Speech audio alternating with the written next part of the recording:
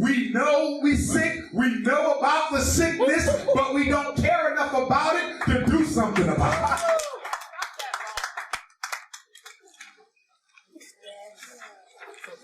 Information does not change the unconscious program upon which we operate. Right.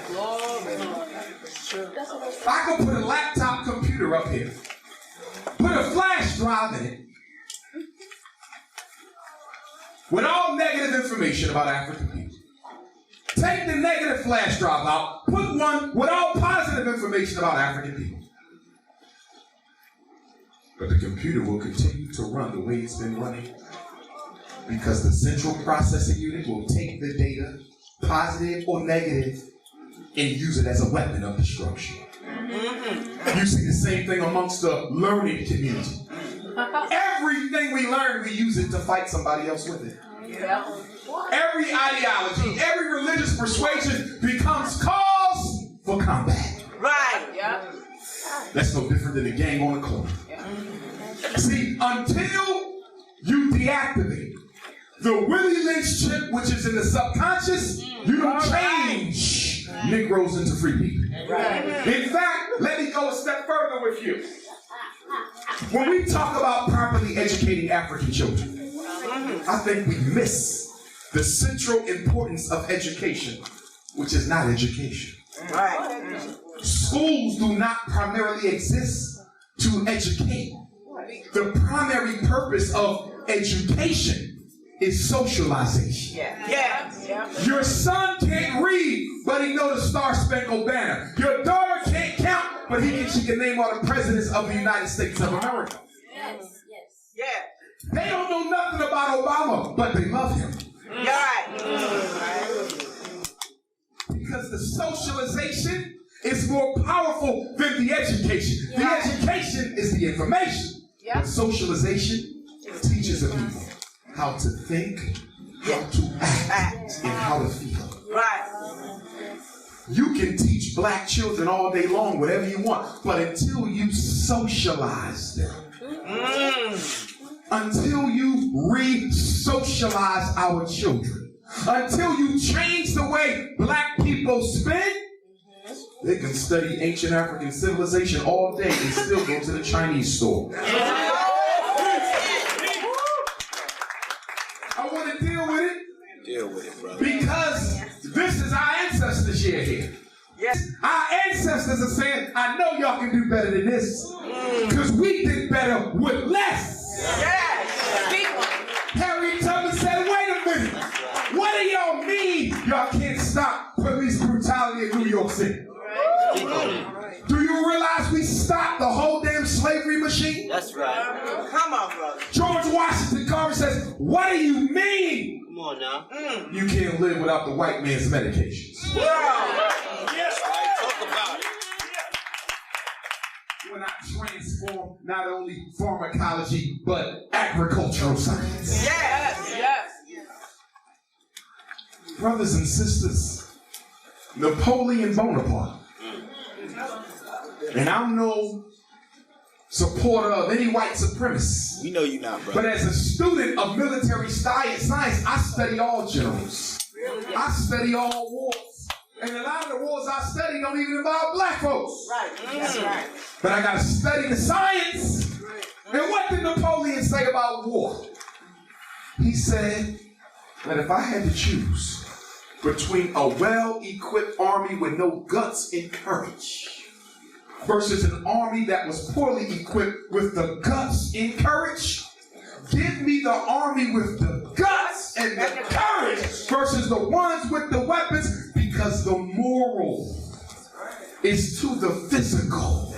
3 to 1. So the reason white supremacy is beating on us ain't just because we don't own nothing. It ain't just because he runs the economy and the criminal justice system. White supremacy is beating black folk because white folk know we scared of them. Yeah. Can we be honest? This is why we got to socialize the children. Because when you socialize, you you eliminate the fear. Yeah. But when you just educate, you don't. How many smart-ass, scared Negroes we have in America? How many mainstream Afrocentric scholars who know everything about our past, but scared as hell of confronting the oppressor? Education is one thing. Socialization is something totally different. For those of you who've been in the military, you know exactly what I'm talking about. When you went to boot camp in the Marine Corps and boot camp in the Army, when you went to boot camp in the reserves, you got an education. They opened up books and taught you what to believe. But it didn't come to life until they made you live it. And through the socialization, which is done in groups, they were able to take you from being who you were to what they wanted you to be. This is why I support homeschool. But I understand that it's a temporary band-aid. Yeah. Until we have large-scale academies where we can socialize en masse. Yeah.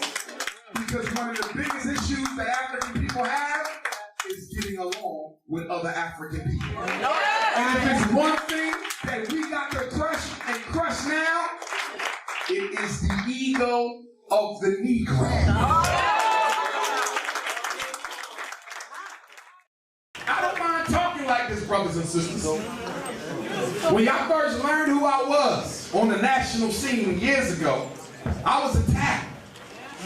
People accused me of not having no credentials because I didn't come out and say I graduated from the Philadelphia College of Osteopathic Medicine with a doctorate degree.